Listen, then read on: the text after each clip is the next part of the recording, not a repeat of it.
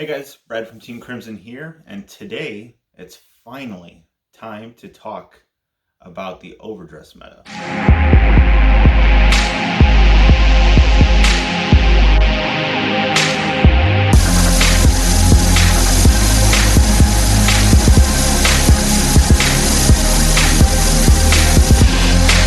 Alright guys, let's go ahead and get into it. Alright, so I'm going to break this down two different ways. We've actually had 4 weeks now to analyze the meta and see what decks are topping and what decks aren't. Now, there are 10 decks within set 1, clearly, 2 decks for each individual nation. And for the most part, they're all topping. It's just some are topping more than others, clearly. But that's kind of good news. We're seeing a very, very good, very well balanced meta for the most part.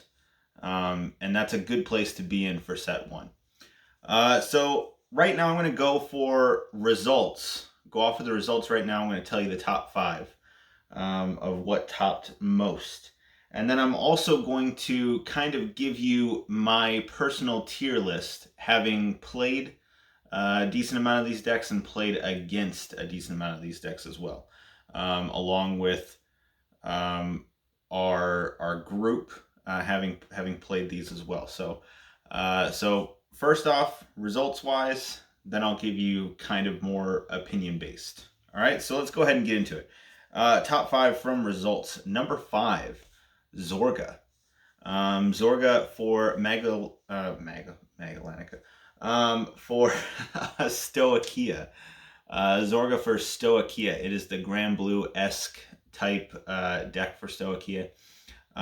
It's very linear. You're able to attack the 3 times, but those are some big boosts. And Zorga is proven to be a very, very good deck. Obviously, the ability to be able to call back dudes makes it very good against retire-esque decks.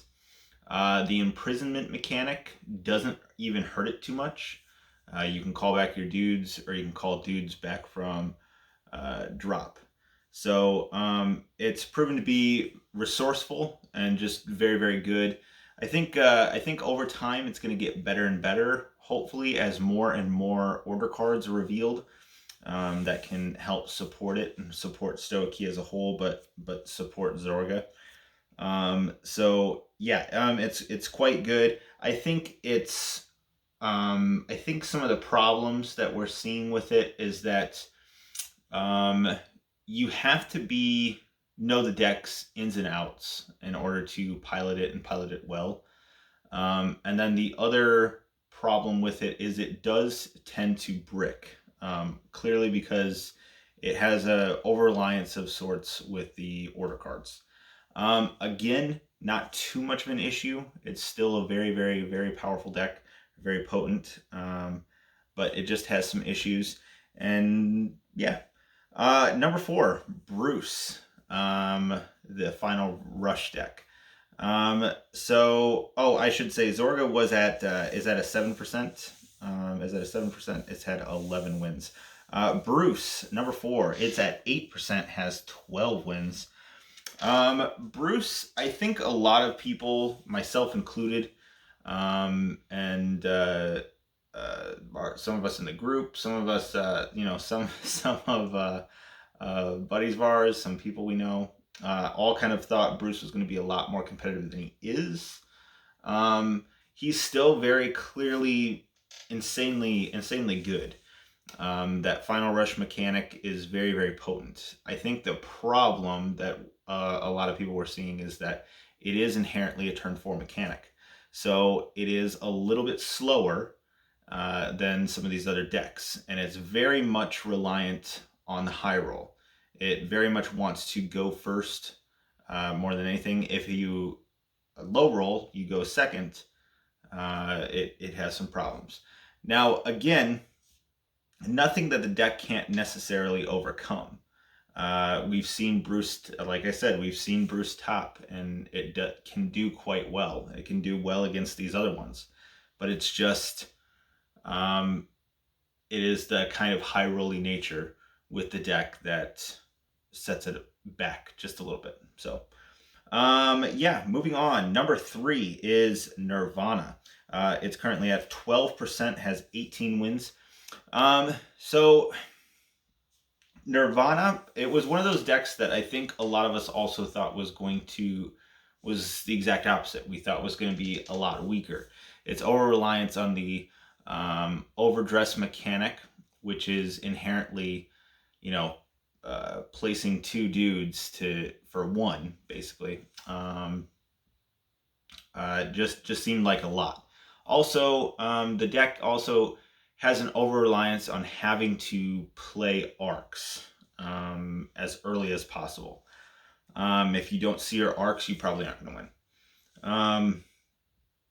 But yeah, I mean, it's a very, very good deck, very potent deck still. The overdress mechanic is very cool. Nirvana's awesome. It's just, again, it has some inherent flaws, I think mostly attributed to the overdress mechanic, but hopefully they'll fix some of that stuff with set 2. But again, it's proving to be a lot more potent than I think some of us gave it credit for. But yeah, no, quite good. Number 2, Barrow Magnus, 19%, has 28 wins. Barrow Magnus, one of those decks for sure.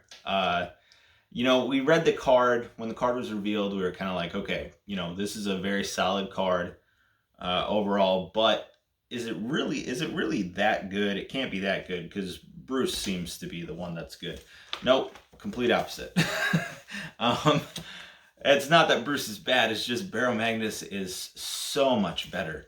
Again, it's able to, it's not the turn 4 mechanic. You're able to do it just, right on the go, just go right in.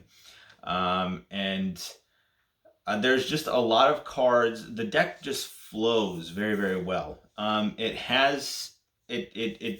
can, run out of resources. I guess some resource management might be an issue with the deck, but that's hardly anything. For the most part, the deck just kind of flows really, really well. Getting to that 15 in soul doesn't seem to be too much of an issue. And then also just constantly being able to multi-attack, swing in for usually 5 swings. And then also, a lot of these cards get huge buffs. And then being able to constantly kind of nuke your opponent's board, especially with some of these decks that are very, very kind of board reliant, has proved to be insanely powerful. So yeah, Barrow Magnus, number 2. A little bit of a shocker, but once you see what the deck can do, not so much. And then coming at the number 1 spot is clearly Bastion. He's at 28%, 40 wins. So yeah, Bastion is just very, very good at what it does. You've got a lot of abilities that let you draw 2 cards with Alden and the Order card. You've got Refluke, who can push to soul and give plus 10k. You can also use the Order card to get rid of columns by soul blasting a 3, so Refluke works really, really well with that. You've got the countercharge dragon, who is basically has resist, so try to get 2 of that in your front row and stuff for when you're playing against in prison, and you're good. And then you've got Dark Strain, which can Soul Blast and give all your 3s boost. It just does a lot of things, and it does it very, very well. The only weakness, really, that the deck has is its early game. is definitely a weakness. It's very susceptible in its early game. Also, if your hand is clogged with threes, makes guarding a huge issue. So yeah, early game is definitely a problem there. And then I think the other inherent problem is not necessarily knowing if you're going to get the restand off. More often than not, because you're usually playing like 26, 28 grade threes, that that more often than not you're going to get the restand to go. But the not knowing, and I mean, I myself personally have had multiple games where I didn't get it to go off when I wanted it, when I needed it. So yeah, that sucks. But it is the little bit of the trade off. But again, that trade off isn't too much because the deck is just very insanely powerful.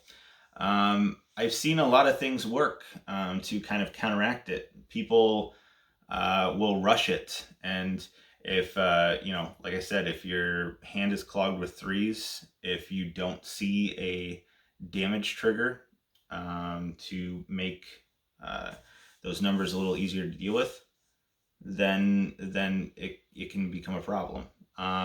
The problem with rushing it though too is that the deck is very adept to being able to recover. It can recover very quickly, very easily. I've had people rush the crap out of me, give me 4 damage, and do an Alden and do an order, and good to go. Even recover one, and your hand's set. You're good to go. Thanks. You actually kind of helped me out. And then there's also, I think, another strategy that people have tried to do is damage denying, which in my opinion is somewhat more effective, because making sure that if you're playing against Bastion, and they don't have that 2 damage for Alden or for the order, can put them behind, and their hand shrinks because you're constantly discarding for Bastion's skill for the restand. But anyways, I'm trying to give you pointers, I guess, to beat Bastion. Just Bastion's very good, very potent deck, and we're seeing in set 2 that it's still getting good support. So yeah.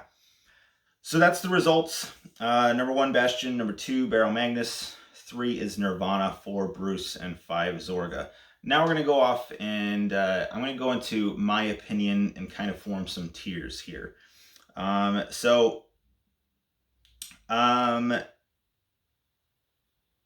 think S tier, the best tier. S tier is clearly Bastion and Barrow Magnus. Like we said, they're both very potent decks. Barrow Magnus is almost an anti-meta deck, yet it's not at the same time. It's very meta in and of itself, but the fact that Bastion, Nirvana, not so much Bruce, but a lot of these decks are somewhat board reliant, very piece reliant, and the fact that Barrow Magnus can just constantly nuke that just makes it so good. So yeah, in my opinion, S tier, Bastion, Barrow Magnus. A tier. Honestly, this is a weird one, but for me, I would put Zorga and then Bruce. So Zorga first, next Bruce. Reason being, I know Zorga places down lower from the results, but people vastly underestimate how powerful Zorga is. You're swinging in for some absolutely ridiculous numbers, and there's almost nothing you can do for board disruption. The only problem that deck has is running out of some of the orders, it seems. Obviously, you can have clogged hand. That's almost with quite a few of these. but running out of orders and not being able to do your alchemagic and you activate the 2 orders at the same time seems to hurt the deck pretty hard, and then it has a very hard time recovering after. So I think that's why some people tend to gravitate away from it, but do not underestimate Zorga. Zorga is extremely powerful and a very good and potent deck. And then Bruce, all of the reasons we've gone over. Final Rush, it's stupid good. You have a Colossus, you have Marjorie, you're basically good to go. And then you obviously want your Protobulbs and stuff to recover PGs, recover triggers, just so you can have shield in your hand if you're not killing them that turn. So yeah, it's just a very strong deck. So moving on to that was the A plus tier. I should have said that. That's the A plus tier because I didn't want to. I'm doing this a little weird. The A tier because I didn't want to make a B. I didn't want to make this the B tier and seem like they're unusable. So in the B tier, I have Nirvana right there, and then Orphist, and then Magnolia. So I have them in that order because, again, Nirvana, while it is extremely popular, we do have to take that into consideration, but we have seen it do quite well in results. I think the deck has some inherent flaws, but it still is very good. Arcs and Valiente, and just being able to swing for some big kind of beefy beat stick numbers just makes it pretty powerful. So yeah, Orphist. Orphist is one of those, again, that is kind of looked down upon. Orphist is, you gotta have your 2 orders so that's in Abyssal Dark Knight. And once it's in Abyssal Dark Knight, you can CB2 call 3 tokens, the Abyss tokens. Now, some people have said that it's very vanilla, and it kind of is. Let's be honest with ourselves, it kind of is a little bit vanilla. However, I think people look down on CB2 and getting 3 free dudes on the board that are 15k. Setting up a column with 2 of your tokens, that's swinging in for 30k. They have to throw down 2 cards in order to guard that column, or just eat it. So that's a very powerful column and a very powerful ability in and of itself. Also, the grade 3 that lets you swing at a column, again, with some of these decks that are pretty field reliant, swinging at a whole column, I think is a very good card. It's something that forces cards out of your opponent's hands because more often than not, they want to keep those dudes on board. So yeah, very powerful effect with the tokens and stuff, and the guy that's able to swing columns. Very powerful effect. I think what it's missing is it needs something more of a pressure unit. I don't know. We'll see what they come out with in set 2, but yeah, also a deck you don't really want to sleep on because it's very powerful. Magnolia is quite good. Magnolia is also one of those decks that people are kind of looking down on. People still kind of look down on. Do not sneeze at 6 attacks. Now the 6 attacks doesn't always have to be. It's always going to be swinging in for, more often than not, it's going to be swinging in for 4. But then on the Persona Ride turns, and if you time those turns and you do those well, those 6 attacks again are nothing to sneeze at.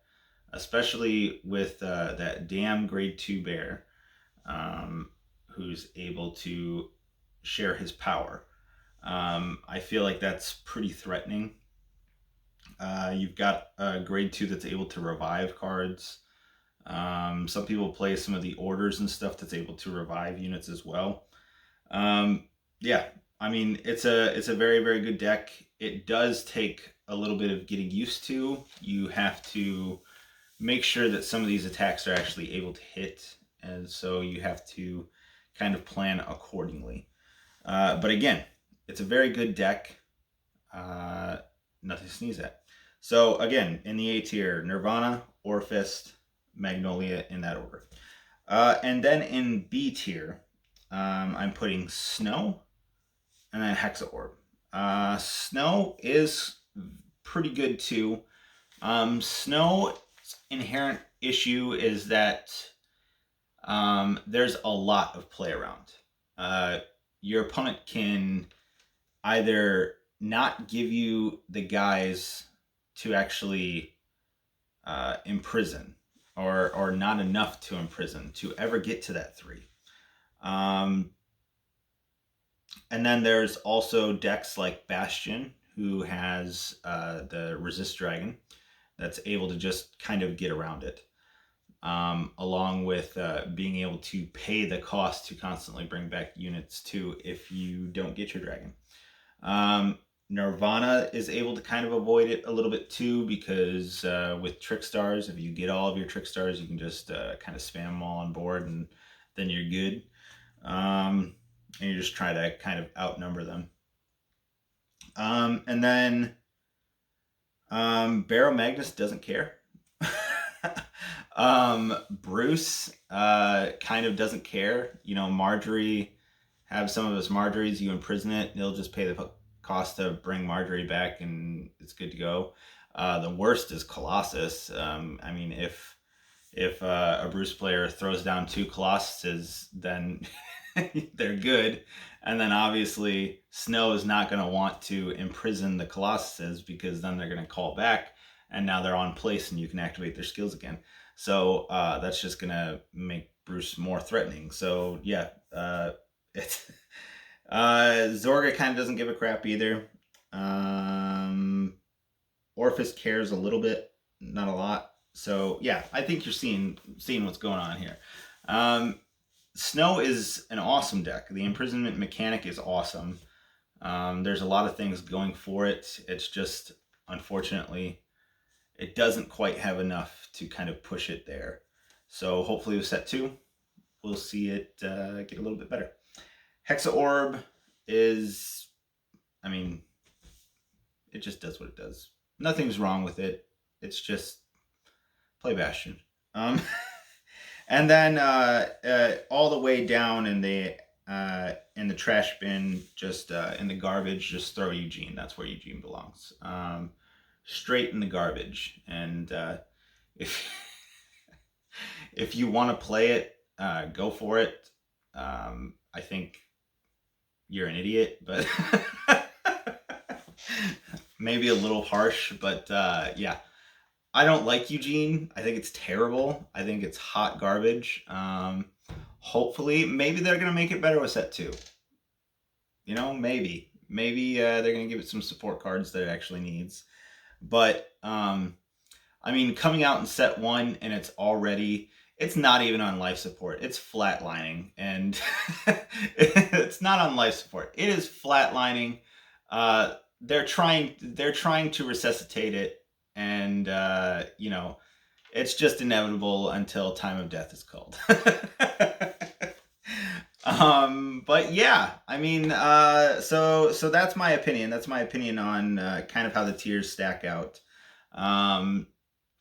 But yeah, I mean, we've had 4 weeks of this meta. It's proven to be quite interesting, seeing some of these results come in. And yeah, so today is overdress day. So I'm filming this on Friday. The team has gotten their start decks, except for me. And then they're going to be, they might be doing some opening videos. I'm not sure. So yeah, hopefully stay tuned for that. We might be doing some start deck versus start deck videos during the week. And then we're also stay tuned, because sometime next week we're also going to be posting some deck profiles as well for when the set drops. So that's exciting. Maybe we're going to be doing some box openings, some pack openings. We'll see. But a lot of things up in the air. But we're going to be coming at you with some more content. So keep an eye out for that. Let me know in the comments section what you think about the meta. Do you like the meta? Do you hate the meta? Just let us know your thoughts. Please like and subscribe, and we will see you next time. Bye.